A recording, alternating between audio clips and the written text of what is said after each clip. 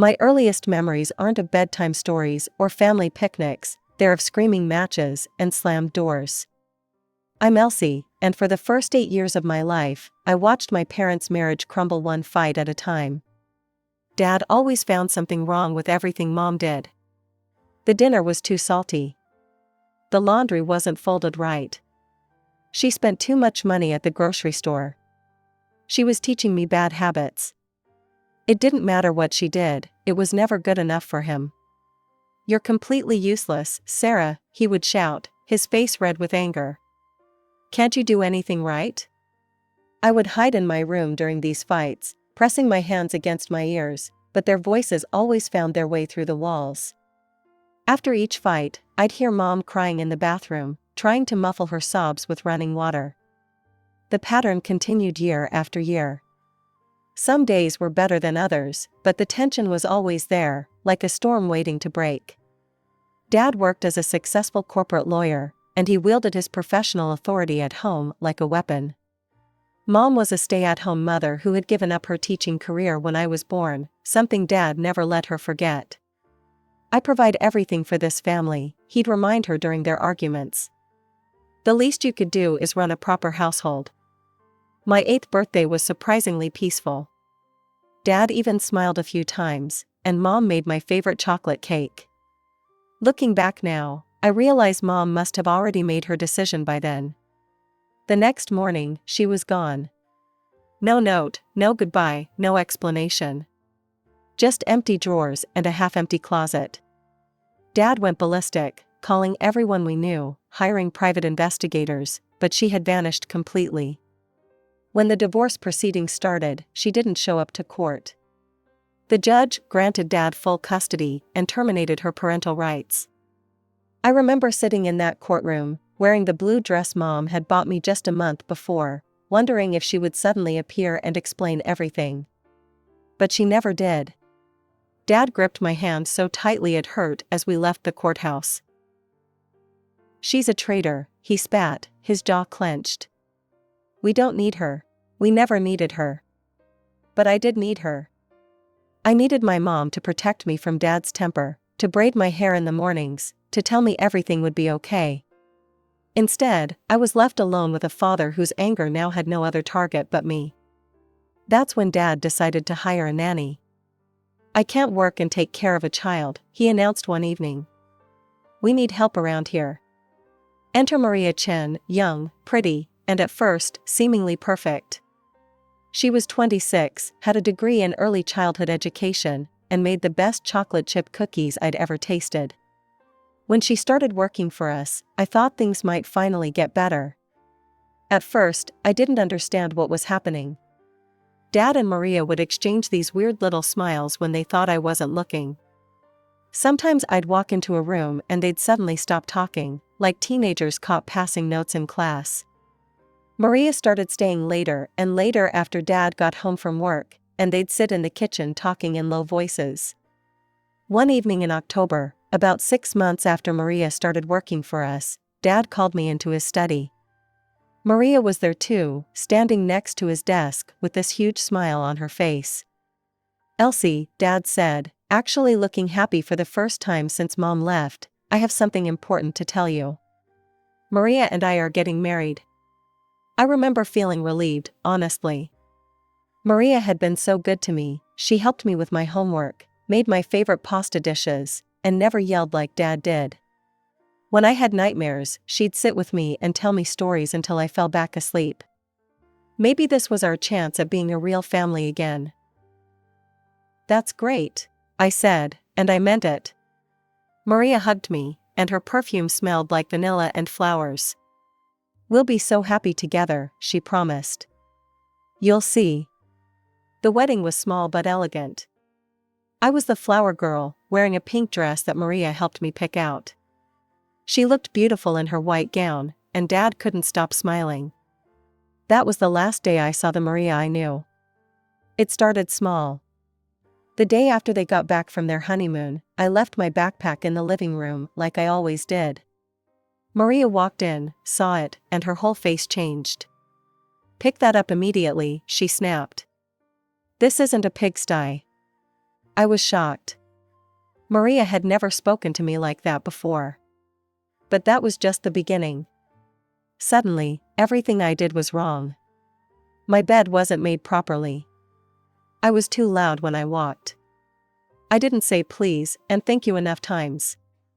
One day, confused and hurt by her complete transformation, I worked up the courage to ask her directly, "Why are you so different now? You used to be so nice to me." Maria laughed, not the warm laugh I remembered, but something cold and sharp. "Oh, sweetie," she said, examining her perfectly manicured nails, "before, I was just an employee. Now I'm the lady of this house, and you need to learn your place. When I tell you to do something, you do it.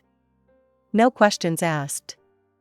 I ran to Dad's study that evening, tears streaming down my face, and told him everything. I thought he would protect me, set things right. Instead, his face turned that dangerous shade of red I remembered from his fights with Mom. "You're just like your mother," he snarled, slamming his hand on the desk. "Always complaining, always causing problems. Let me make something very clear. If I hear you saying one more word against Maria to anyone, you'll be very, very sorry. Do you understand me?" I nodded, my whole body shaking, and fled to my room. That night, I cried into my pillow until it was soaked through, wishing desperately for Mom to come back and save me. Life became a minefield of new rules and restrictions. Maria wielded her authority like a weapon, finding new ways to make my life miserable every day. First, she banned my favorite pop music because it was too vulgar. Then she took away the small TV in my room, claiming it was distracting me from my studies, even though I had straight A's. She started controlling what I wore, throwing out my favorite jeans because they were too casual. My colorful bedspread was replaced with plain white sheets because my room needed to match the house aesthetic. She even scheduled my shower times, no longer than 10 minutes, and only at specific hours she approved. The only light in this darkness was Grandma Helen, Mom's mother. She visited every few weeks, always bringing me something special: books, clothes, or little pieces of jewelry that Maria couldn't justify taking away because they were family gifts. "How are you doing, sweetheart?" Grandma would ask during her visits, her eyes searching my face for the truth. I'd feel Dad's and Maria's eyes on me, remember Dad's threat, and force a smile. "I'm fine, Grandma, everything's great." This went on for 3 years. I learned to live by Maria's rules, to stay quiet, to be invisible. Then, when I was 13, Maria announced she was pregnant. Dad was ecstatic. He started converting the guest room into a nursery before she was even showing. Maria spent hours looking at baby clothes and designing the perfect room for their precious daughter. When little Sophie was born, it was like I ceased to exist entirely. Dad took photos of everything she did: her first smile, her first attempt to roll over, her first grab at a toy. Maria posted hourly updates on social media about her perfect little angel. But 6 months into their parental bliss, Maria started complaining. "I'm so exhausted," she'd whine to Dad. "The baby needs constant attention. I can't even get my nails done anymore." Dad, ever the problem solver, suggested hiring a babysitter. "There are plenty of qualified college students looking for work," he said one evening over dinner. "We could interview some." I watched Maria's face twist into a grimace at the mention of college students. Her hand tightened around her fork, and I could practically read her thoughts. After all, wasn't that exactly how she'd gotten her position in this house? A young, pretty student nanny who ended up becoming the wife? The irony wasn't lost on me, even at 13.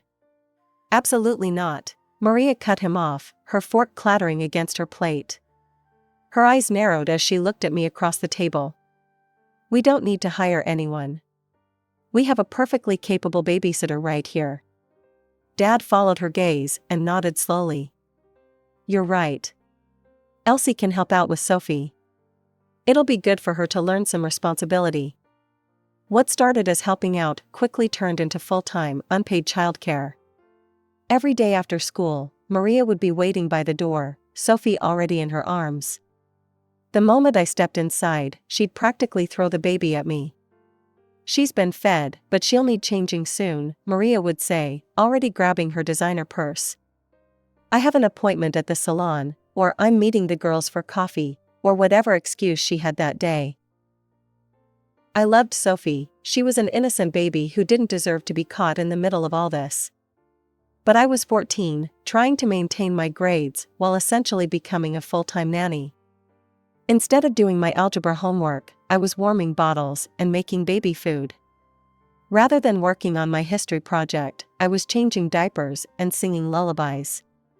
Maria would breeze in around 6:30, just before Dad got home, carrying takeout containers from expensive restaurants. "I'm exhausted from cooking all day," she'd announce as Dad walked in, setting the food on the table. I'd be there, still in my school uniform, Sophie on my hip, homework untouched. One day at school, I couldn't take it anymore. During lunch, I broke down and told my friend Amanda everything, about being forced to watch Sophie every day, about not having time for homework, about Maria's lies to Dad. "That's not right," Amanda said, her face serious. "My mom works for Child Protective Services. This is exactly the kind of thing she deals with. I should have known better than to trust anyone." 2 days later, I was home with Sophie, trying to simultaneously feed her strained peas and read my English assignment, when there was a knock at the door. 3 people in professional attire introduced themselves as representatives from CPS. They asked where Maria was. I told the truth, at her weekly spa appointment. They looked around the house, took notes, asked me questions about my daily routine. Then they called my father. Dad arrived 20 minutes later, his face a mask of calm that didn't reach his eyes. I knew that look. It was the same one he used to wear before his worst fights with Mom. The CPS workers explained their concerns about leaving a 14-year-old in charge of an infant for extended periods. They issued a formal warning about negligent supervision and left their card.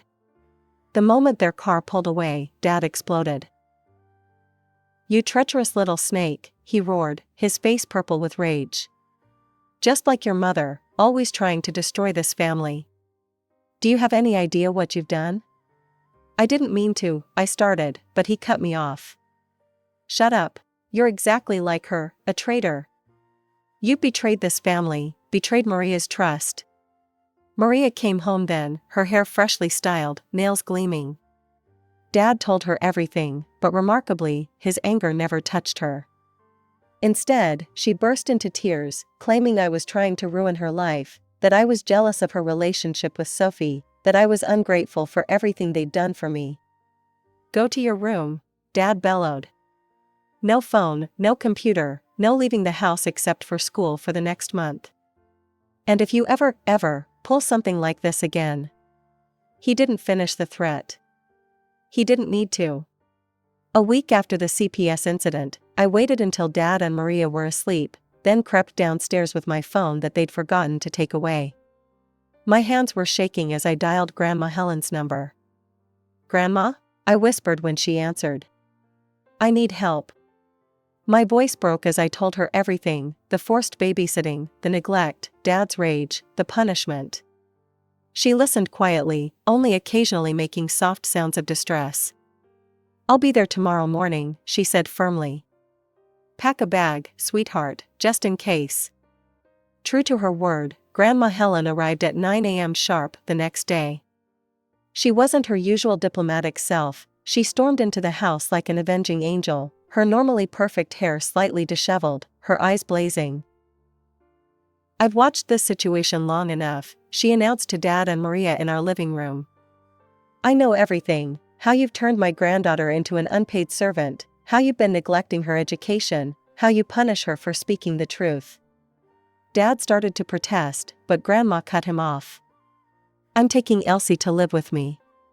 You can either agree to this amicably, or we can let a judge decide after I show them the evidence I've been collecting."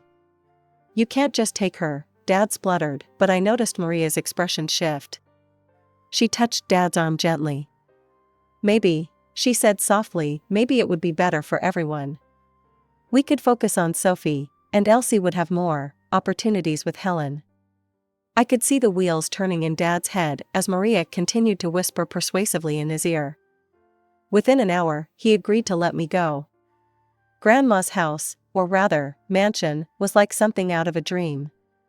Located in the wealthy part of town, it had a sweeping driveway, manicured gardens, and more rooms than I could count. My bedroom was bigger than our entire living room at Dad's house, with a window seat overlooking the rose garden.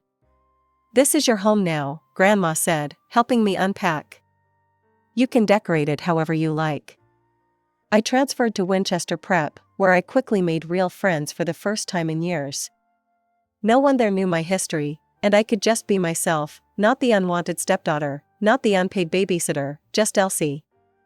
On my 16th birthday, Grandma called me into her study.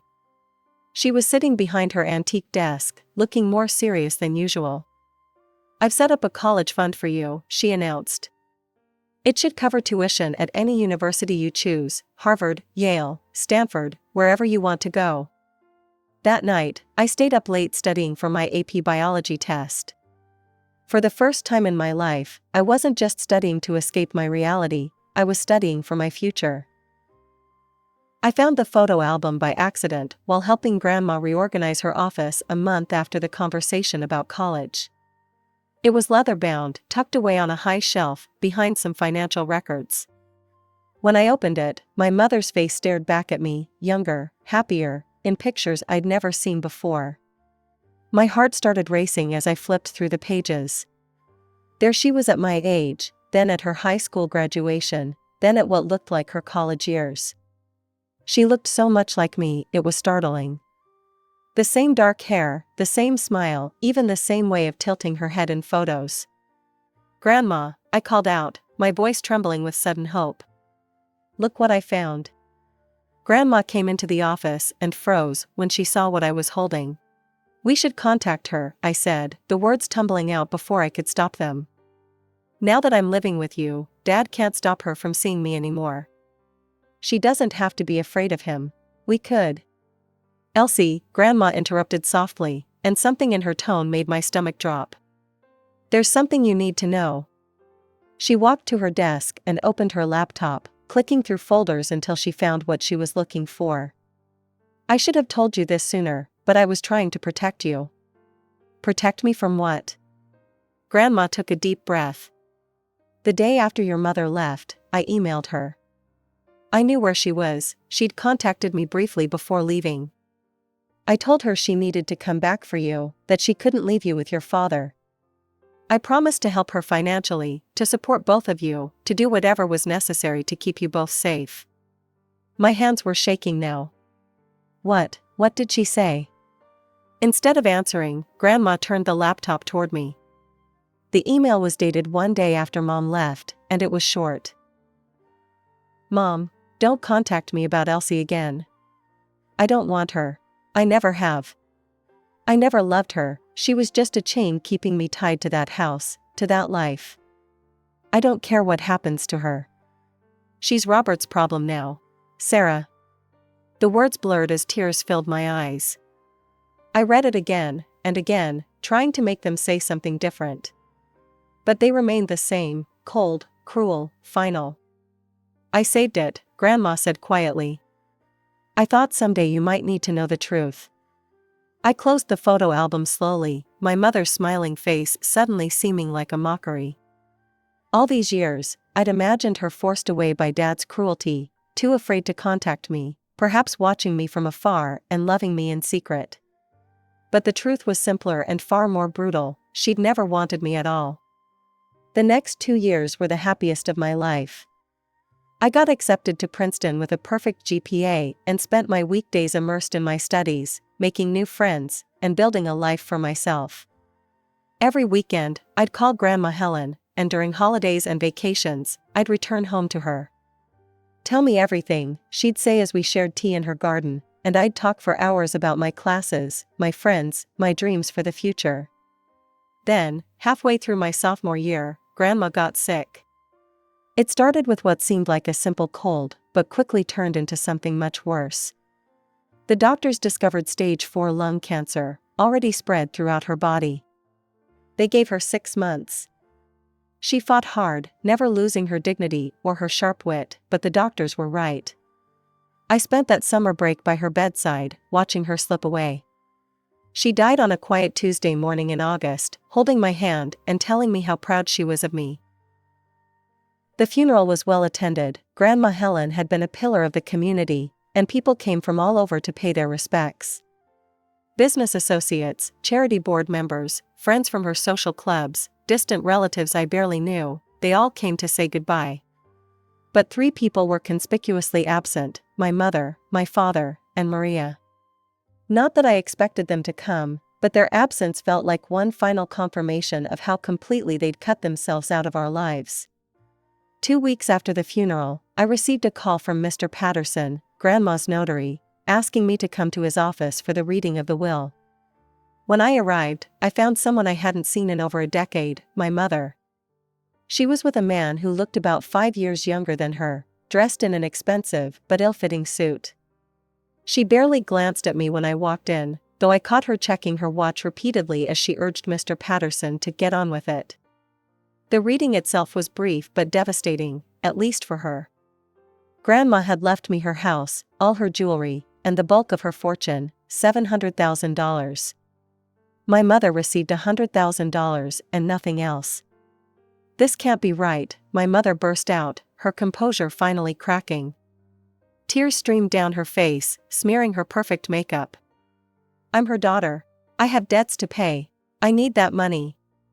The younger man with her shifted uncomfortably in his chair as she continued to sob and plead, claiming she was entitled to more, that it wasn't fair, that she needed help. I stood up without a word and walked out, her cries following me down the hallway. The next morning, I was in Grandma's study, my study now, sorting through decades of documents. The doorbell rang around noon.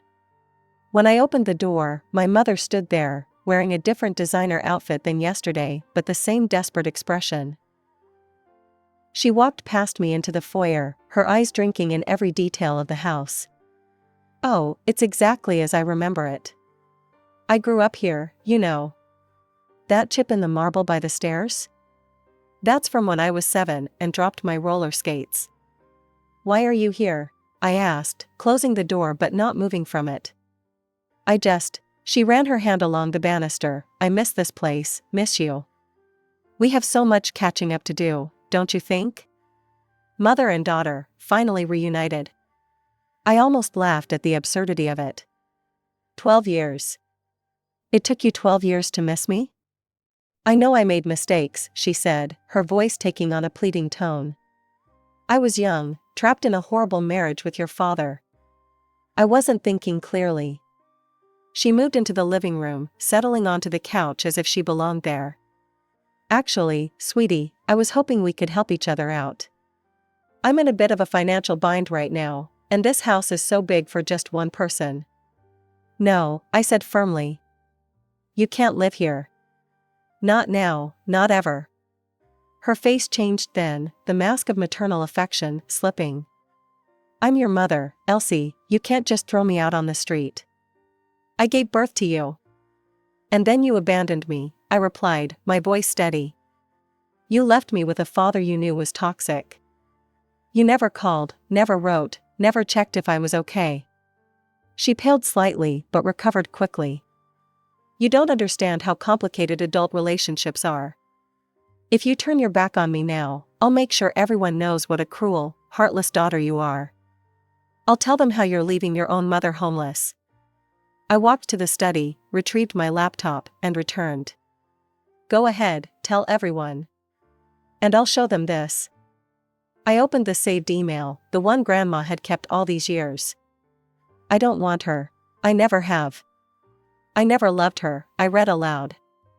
She's Robert's problem now. Should I forward this to all those society friends you're so worried about? Post it on social media maybe?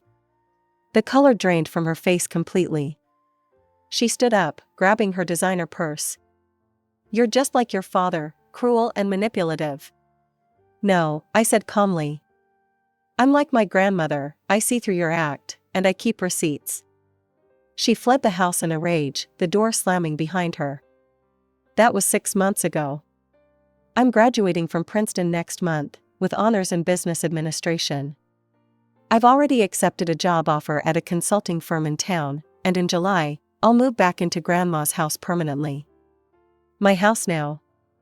Dad tried to call once, probably after hearing about the inheritance from my mother. I didn't answer. Maria still posts perfect family photos with Sophie on social media. I blocked her account. My mother occasionally sends manipulative texts about forgiveness and family obligations. I blocked her number too. Some people say you can't choose your family, but I disagree. Grandma chose me when my own parents wouldn't, and that's the legacy I'm choosing to honor. I'm having the house renovated next month, updating it while keeping all the things that made it special to Grandma. Yesterday, I found a letter Grandma had written to me before she died, tucked away in her desk drawer. Remember, she wrote, your worth isn't determined by those who left, but by how you choose to move forward. You are stronger than you know, smarter than you believe, and more loved than you can imagine. She was right. The past is the past, and I'm done letting it define my future.